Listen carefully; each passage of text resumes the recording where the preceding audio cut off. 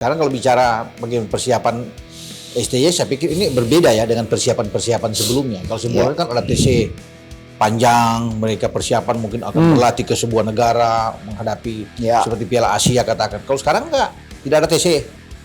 Sekarang itu mungkin 3-4 hari baru mereka berkumpul untuk kemudian mereka bermain melawan Arab. Untuk khusus untuk striker, Bung. Ya itu yang dibutuhkan, yang kemarin STY panggil dia, karena saya tahu dia mantan anak buah dia ketika STY itu menangani Korsel 2017-2018 sampai di Piala Dunia Rusia. Yo Kim Hun, Yo Ki Hun. Yong Ki Hun. Masih 41 tahun. Dia kemarin terakhir menjadi pelatih merangkap pemain di Suwon. Di Suwon.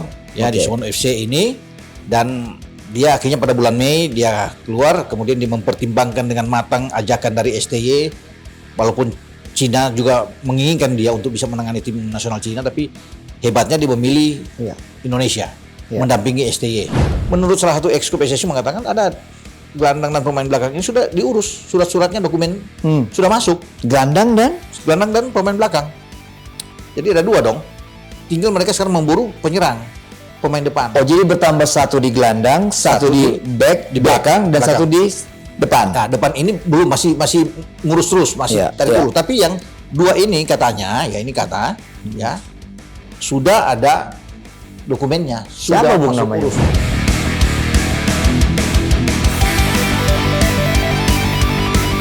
Jumpa lagi di Robola, masih dengan Bung Ropan.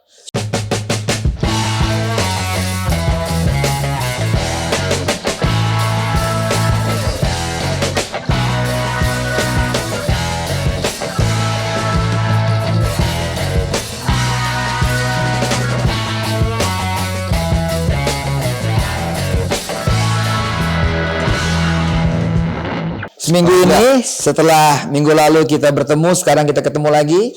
Kondisi bagaimana? Ya, baik, sudah oke lah kita kan. Udah baik ya, Mantap. sehat lagi.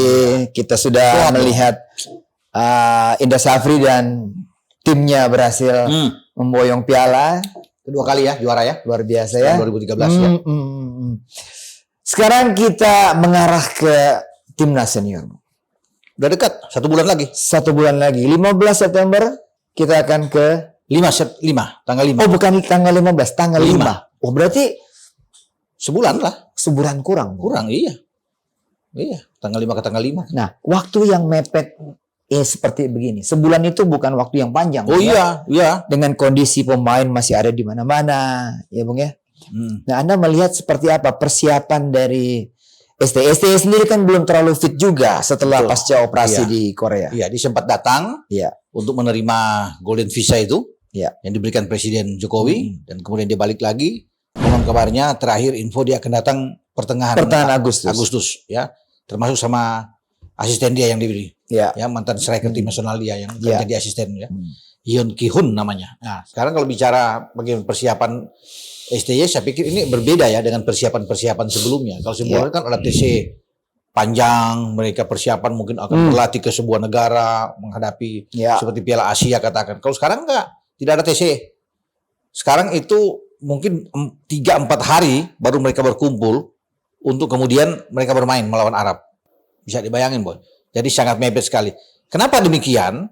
Karena kompetisi-kompetisi di Eropa kan sedang bermain. Jadi ini klub punya kewajiban melepas pemain itu bisa di waktu 3 hari sebelum match di FIFA Match Day. Ya, karena ada yang masih bermain tanggal 30, 31. Jadi mereka begitu selesai kan tanggal 1 baru berangkat, ya tanggal 2.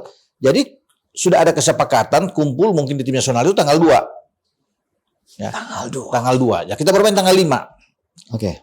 Sesuai jadwal yang dikeluarkan oleh FIFA terakhir itu jam tayangnya itu 01.00 waktu Indonesia bagian barat. Berarti sudah masuk 5 ke tanggal 6. Di Arab tanggal 5. Mungkin masih jam 9 malam, mungkin 1 jam berapa. Tapi kita sudah jam 1 sini. Jadi siap begadang buat kita. Nah, dengan waktu yang mepet itu, seperti Om Boy bilang tadi ini, berarti tidak ada TC panjang, kemudian pemain-pemain yang bermain di Eropa, pemain abroad kita, bisa langsung ke Arab, ke Jeddah. Tidak perlu lagi berkumpul karena kita akan main di Stadion King Abdullah Sport City di Jeddah. Nah, semua pemain kalau datang ke Indonesia kan capek. Ke Indonesia kemudian balik lagi, dan tidak mungkin saya pikir kalau ada yang bermain tanggal 31 tanggal 30, mereka baru berangkat tanggal 1, sedangkan kumpulnya tanggal 2. Datang mereka harus ke Arab aja langsung. Tapi saya kira oke, nggak ada begitu masalah karena kan mereka sudah sebuah tim sekarang sudah bagus ya, bukan baru pertama kali mereka bersama, udah oke. Cuma masalahnya satu di sini, kalau ada amunisi terbaru di bulan Agustus ini, boy, untuk masuk itu kan menjadi masalah untuk adaptasi dengan tim nasional kita. Itu yang menjadi kendala bagi STY untuk membangun suatu chemistry yang baik di antar sesama pemain ya. Itu yang menjadi akan dipikirkan matang tentunya. Nah, bagaimana ini dengan situasi yang sangat mepet karena sudah Agustus. Ya.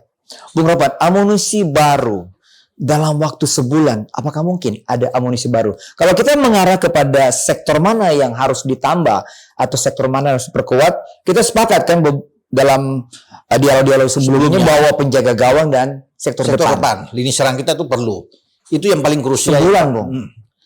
Apalagi sekarang muncul sebuah pernyataan lagi bahwa kita akan dapat gelandang dan pemain belakang.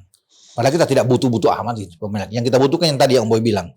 Striker nomor 9 yang ada di depan sama penjaga gawang. Penjaga gawang oke, masih ada Hernando Ari, ada Nadeo ya, Adi Satrio. Tapi kan kita butuh pemain yang di level yang sudah round 3 putaran ketiga berhadapan dengan tim-tim kuat seperti Arab, ada Australia, Jepang, Bahrain, Cina. Kita butuh memang ya penjaga gawang yang sudah matang, punya pengalaman. Ya Martin Paes, ya kita masih sedap terus menunggu. Banyak juga teman-teman, banyak netizen terus bertanya, Bung, bagaimana perkembangan. Kita nggak bisa bikin apa-apa karena yang mengurus itu kan PSSI. Ya belum ada info terbaru, info terkini tentang Paes. Tapi ada upaya bahwa mungkin tanggal 15 di FIFA itu ada rapat. Meeting. Ada pertemuan antara CAS dengan FIFA. Pertemuan untuk membahas Paes. Semoga ini bisa ada kabar bagus. Katanya Pak Sekjen bilang, Pak Yunus Nusi, itu tanggal 18 akan ada pengumuman. Tapi kan Pak Ketua bilang sendiri, dia sendiri belum tahu juga apakah akan ada itu. Ya, itu mungkin silakan tanya ke Pak Yunus Nusi untuk bisa menjawab. Tapi dia belum bisa memastikan. Ya semoga semua menjadi harapan bahwa case dari Martin Paes ini selesai dan dia bisa bermain. Itu kan yang ditunggu orang. Kalau dia memang oke, dia bermain, nah kita akan kuat. Nah lini depan, rumors itu berkembang banyak, Boy. Oleh Romani, Mauro Silstra, banyak lah yang bisa. Mauro Silstra, Dian Zandbergen. Iya banyak ya. Yang itu. Nah tapi kita kan nggak tahu juga, belum bisa memastikan itu. Nah sekarang sudah di minggu pertama Agustus.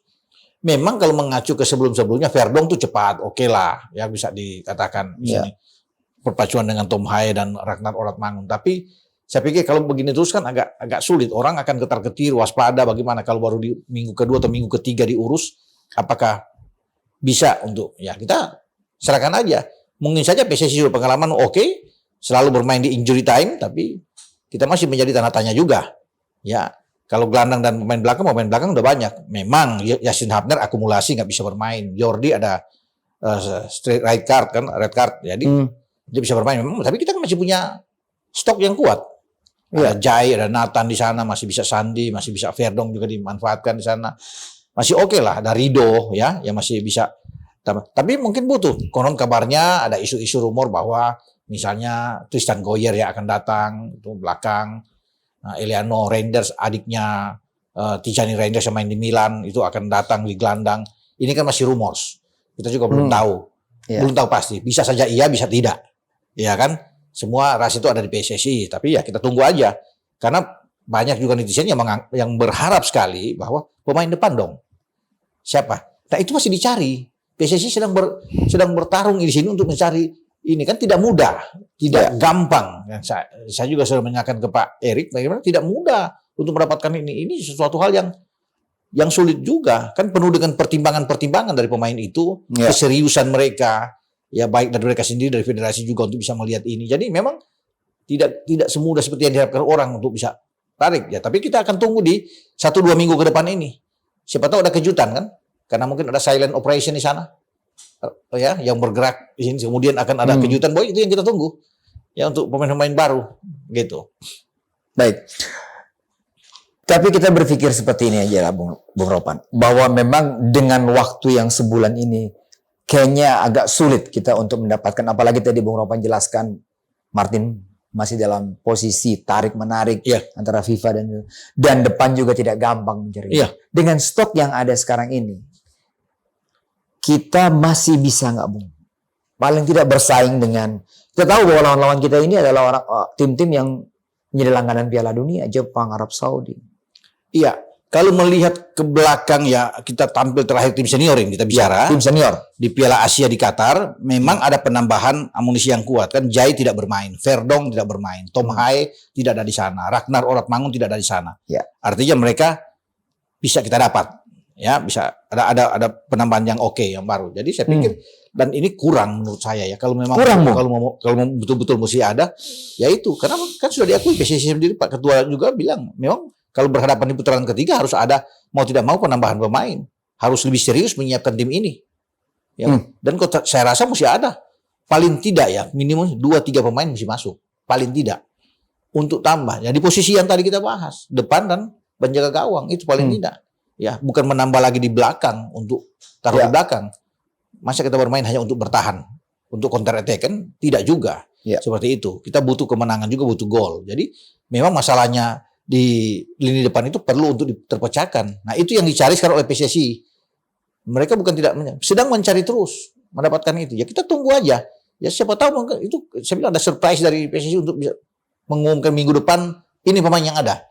Ya, yang akan kita ambil karena menurut salah satu ex PSSI mengatakan ada gelandang dan pemain belakang ini sudah diurus, surat-suratnya, dokumen sudah masuk. Gelandang dan pemain belakang. Jadi ada 2 dong. Tinggal mereka sekarang memburu penyerang, pemain depan. Oh, jadi bertambah 1 di gelandang, 1 di back di belakang dan 1 di depan. Nah, depan ini belum masih ngurus terus, masih dari dulu. Tapi yang 2 ini katanya, ya ini kata ya sudah ada dokumennya, sudah Bung masuk namanya? urus. Kita belum tahu juga, masih nggak dibilang kan. Bang Arya juga waktu itu yang bilang ke pers, ke media bahwa ada penambahan dokumen setelah diurus, tapi namanya tidak disebut. Nah, kita juga nggak bisa berspekulasi kan di sini siapa. Nanti begitu disebut ada hoax di sana, akan bicara lagi ya. Gitu, Boy. Ya. Berarti kita manfaatkan stok yang ada sekarang. Ya mau tidak mau, yang sekarang ada. Ya, kalau kita bicara depan, Bung, 3 yang sekarang 3 penyerang dengan pola 3-4-3 yang selalu diterapkan oleh STY. Berarti ada Struijk, ada Ragnar, ada Marcelino. Nah, dengan adanya 1 pelatih ini cukup mengejutkan, 1 pelatih untuk khusus untuk striker, Bung. Ya itu yang dibutuhkan, yang kemarin STY panggil dia, karena saya tahu dia mantan anak buah dia ketika STY itu menangani Korsel 2017-2018 sampai di Piala Dunia Rusia. Yeo Ki-hun.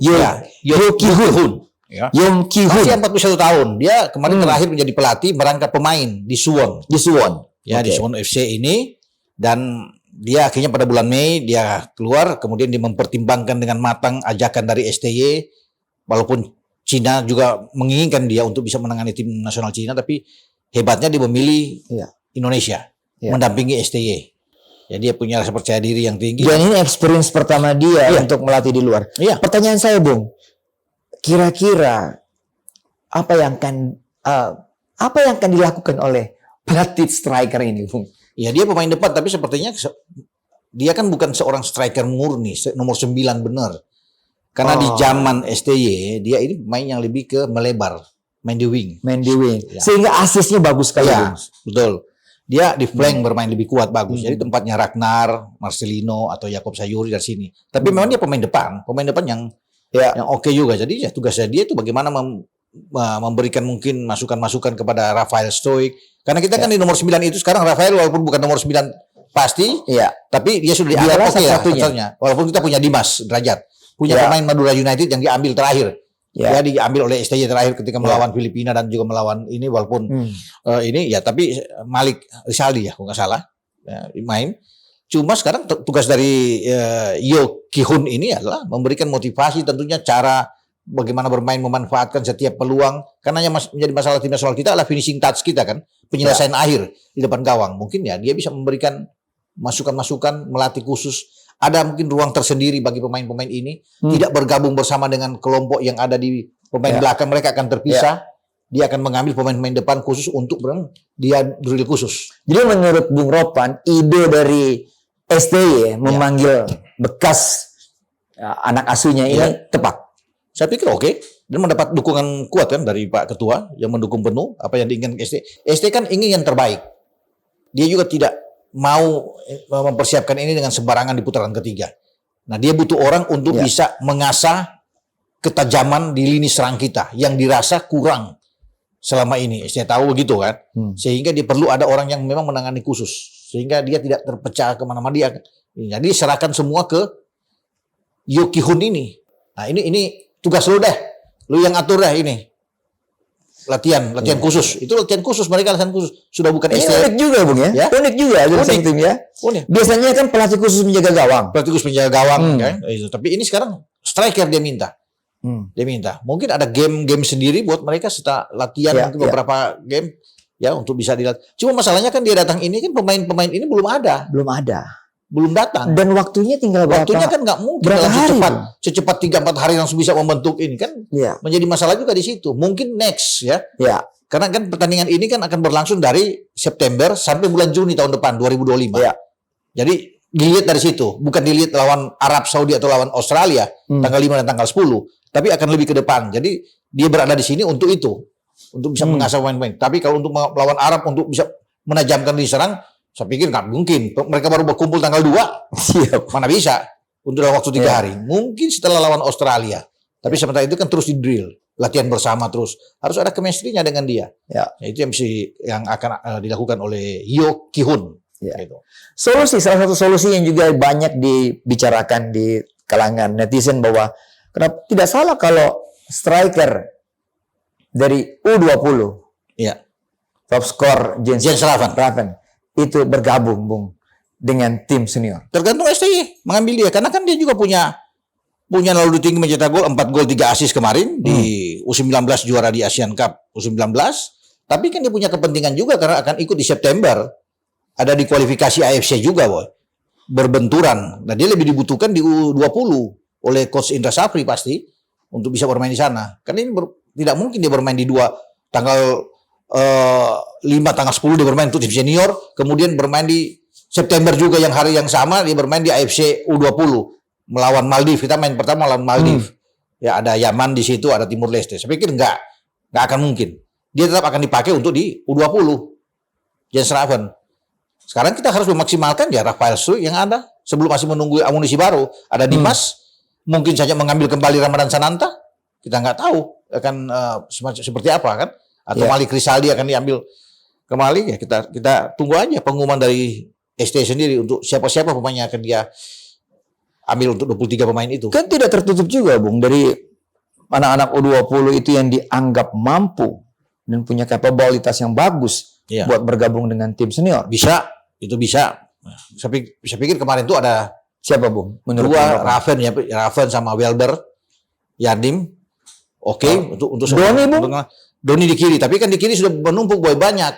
Tidak akan mungkin dia akan dapat kesempatan untuk bermain di kiri. Verdong ada di sana, Pratama Arhan ada di sana. Sain Patinama ada di sana.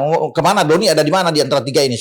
Sain Patinama aja susah untuk mendapatkan tempat di situ. Belum tentu Sain akan bermain juga melawan Arab atau lawan Australia. Pasti Verdong akan terus dipakai oleh STY untuk situ. Kecuali dia cedera atau kena akumulasi kartu baru bisa Sain masuk atau Pratama Arhan. Doni bermain di kiri, jadi saya pikir Doni akan fokus, pemain bagus, pemain terbaik kemarin di U20. Karena kita itu target kita memang ke sana, ke Cina untuk putaran final lolos dari grup ini. Kemudian berharap mendapatkan 4 jatah di Cina itu untuk ke Piala Dunia, boy. Jadi sebenarnya yang berpeluang tuh Raven ya, Bung ya, karena kebutuhan kita akan striker walaupun sudah ada Struijk di situ. Sebenarnya dia kalau mau bicara nomor 9 yang nomor 9 benar, ya Jens Raven. Walaupun dia memang terlalu muda ya untuk ada di sana. Ya, tetapi ya kita nggak punya. Kecuali ada kejutan ini dengan tiba-tiba oleh Romelu yang katakan iya, karena dia pertimbangkan. Cuma kan dia bilang selama ini sih berjalan bagus, ya cuma masih dipertimbangkan gitu. Ya dia mungkin nggak mau disuruh juga untuk tutup mulut, bisa juga. Lu jangan ngomong apa-apa ke media ke apapun untuk masalah ini, nanti kita akan ada kejutan, bisa aja. Atau Mauro Sisa yang bisa masuk. Iya. Karena mereka yang punya kemampuan untuk kalau bicara grade A grade A ya. Karena kita butuh memang grade A, Bung. Untuk event sekelas Piala Dunia ini dengan lawan-lawan seperti Tidak ada lain pemain naturalisasi yang kalau bicara ya dia paling terdepan berada di pole position. Ya. Ya, tapi kita belum tahu bagaimana. Ya itu saya pikir katanya ada kejutan, tapi kejutan seperti apa ya kita nanti. Oke, Bung. Ya. Kita bayangkan bahwa dengan pemain stok yang sudah ada, dengan pola 3-4-3 yang sudah sangat baku. Oke. Internal STY. Berarti bayangan Bung Ropan untuk pertandingan melawan Arab Saudi, jika tidak ada pemain yang cedera, tidak ada hal-hal yang di luar dugaan, berarti kira-kira di bawah Mister tetap nama Hernando Ari. Ya. Mau suka atau tidak suka. Ketika Martin Paes tidak terselesaikan, nanti tersedia dalam pertandingan melawan Arab. Ya, kita ada Hernando Ari yang pasti akan dipasang oleh STY. Kita punya Nadeo memang, punya Adi Satrio kan 3 itu. Yang terakhir dipanggil. Ya, tapi Hernando yang pasti ada di sana untuk bisa bermain. Sering dipasang terus di tim senior. Ya, kita tunggu. Hernando sudah pernah menghadapi Jepang, sudah pernah juga menghadapi Australia, Irak. Ya, untuk satu grup nanti berarti dia sudah bertemu lagi dengan kalau dengan pemain Jepang. Irak kan enggak Tapi artinya untuk level-level tim-tim papan atas di Asia itu dia sudah, bahkan kan juara dunia Argentina kan dia sendiri. Dia yang kawal. Ya, jadi artinya untuk mendapatkan pressure tekanan itu dia sudah terbiasa. Walaupun mungkin dari segi tinggi badan dia kalah jauh dengan Martin Paes kan. 192 Martin Paes. Jadi ya saya pikir nggak ada pilihan lagi. Buat STY bisa mengambil, dan dia tahu kan dia sudah pernah bermain seperti Boy katakan tadi kan. Lawan Jepang udah. Ya kan? Dan kita nggak kalah-kalah juga menyolok 4-0, 5-0, 3-1 kita masih bisa bikin gol. 4-0 kita kalau Australia. Australia 4-0 lawan Australia di babak selanjutnya 16 besar. Tapi sekarang kan kita lawan Australia bermain di kandang. Dengan komposisi yang berbeda. Nanti kita bahas. Berarti Hernando Ari di situ, Bung ya. Hernando ada catatan buat Hernando, blunder tidak boleh terjadi. Nah, itu blunder Hernando tidak boleh terjadi. Dia harus fokus, Boy. Pemain ini harus fokus dan mendapatkan satu, bagi STY harus punya bil khusus. Nah, ada pelatih kiper juga yang harus bisa memberikan motivasi khusus kepada Bung. 3 di belakang berarti Jay Itzes, Rizky Ridho, dan Nathan. Bisa saja Nathan. Karena Hapner nggak bisa main akumulasi. Jordi nggak bisa main. Atau kalau Nathan nggak ada, Nathan diperlukan untuk mendampingi Tom Hai di tengah, ya masih bisa menarik Sandy Walsh untuk bisa bermain. Sandy Walsh 3 back sejajar. Dia bisa bermain di 3 back. Masih bisa ya, Bung. Sebenarnya Verdon juga bisa bermain di 3 back. Dia bisa bermain ke tengah. Verdon juga banyak sekali pilihannya. Memang paling enak kalau ada kejutan, Boy. Di 1 minggu ke depan ini misalnya tiba-tiba, Kevin Dix masuk misalnya. Atau Tristan Goyer masuk misalnya, Tristannya akan bermain. Atau kalau Kevin Dix tadi kan kita sepakat udah cukup belakang, Bung ya. Kita sepakat. Sekarang lagi diurus, dokumen udah masuk pemain. Atau yang bagus, Bung. Bisa aja kan.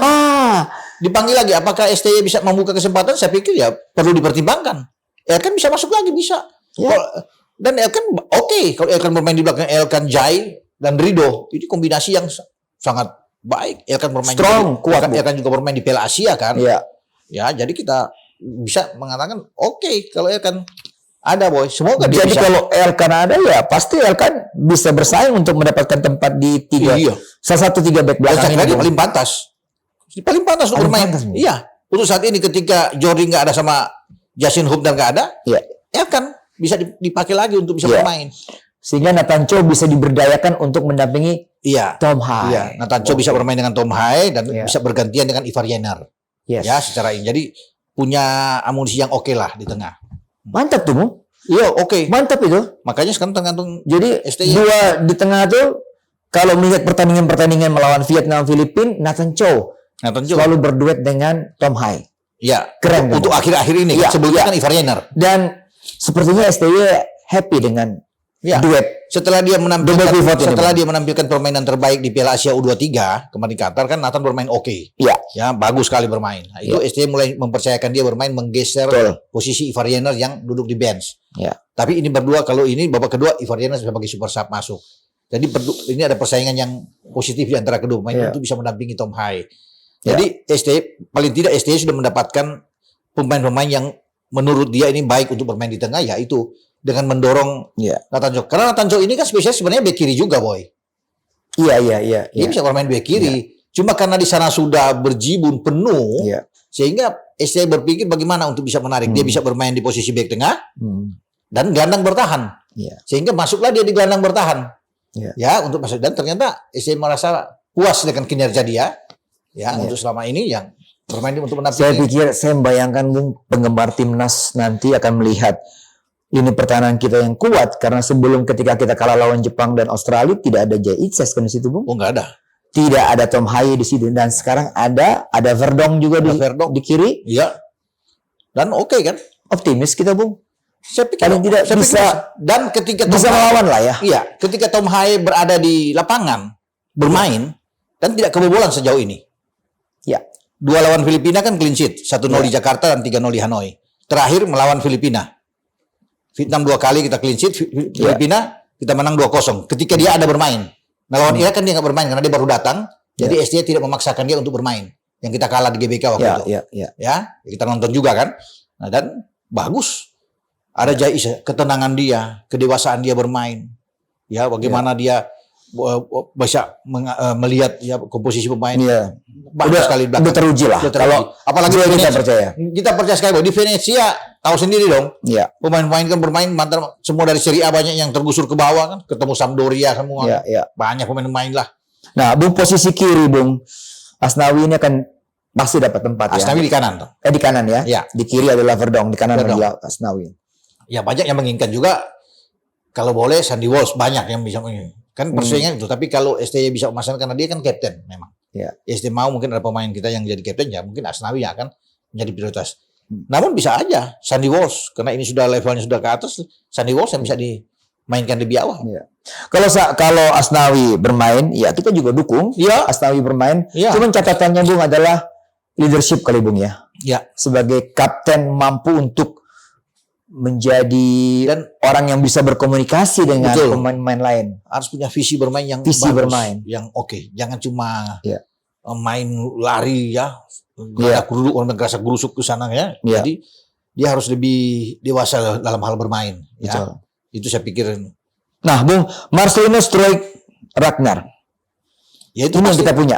Kita punya semua itu. Untuk kalau mereka dalam kondisi bugar, ya tidak akan tergantikan Rafael, Marcelino dan Ragnar di depan. Ya. Kalau Verdong sudah ada Boy bilang sudah ada di kiri. Katakan Asnawi udah main di kanan. Ya, kemudian di tengah ada Tom Haye dan Nathan. Itu dengan 3-4-3. Bung, catatan buat Marcelino, Bung. Apa, Bung? Karena kita akan melawannya tadi, walaupun dia memang sudah bermain dengan usia yang muda, bermain melawan tim senior seperti Australia, Jepang. Dia bermain full loh, dia tidak tergantikan. Dia tidak tergantikan. Semua dia bermain loh. Tapi catatan yang agak sedikit minor kan, orang banyak mengatakan kurangi.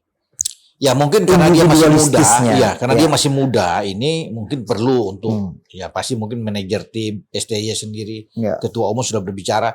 Tidak terlalu memaksakan diri. Karena nasional ini kan suka untuk memaksakan diri, melewati, nggak puas kalau cuma 1 pemain, bisa 2-3 pemain. Ya, artinya dia lebih bermain, artinya lebih tenang bermain simple, dapat bola kasih ya. Jadi dia bisa melihat cara bermain misalnya dari Jai, dari Tom Haye, kan tidak perlu memaksakan diri untuk main. Itu yang mungkin Marcelino mesti lakukan di lapangan. Kemudian juga mengurangi ego di depan ini. Jadi kalau masuk tidak terlalu memaksakan diri untuk bisa dalam sudut sempit, dia harus bisa melihat lawan yang lebih terbuka.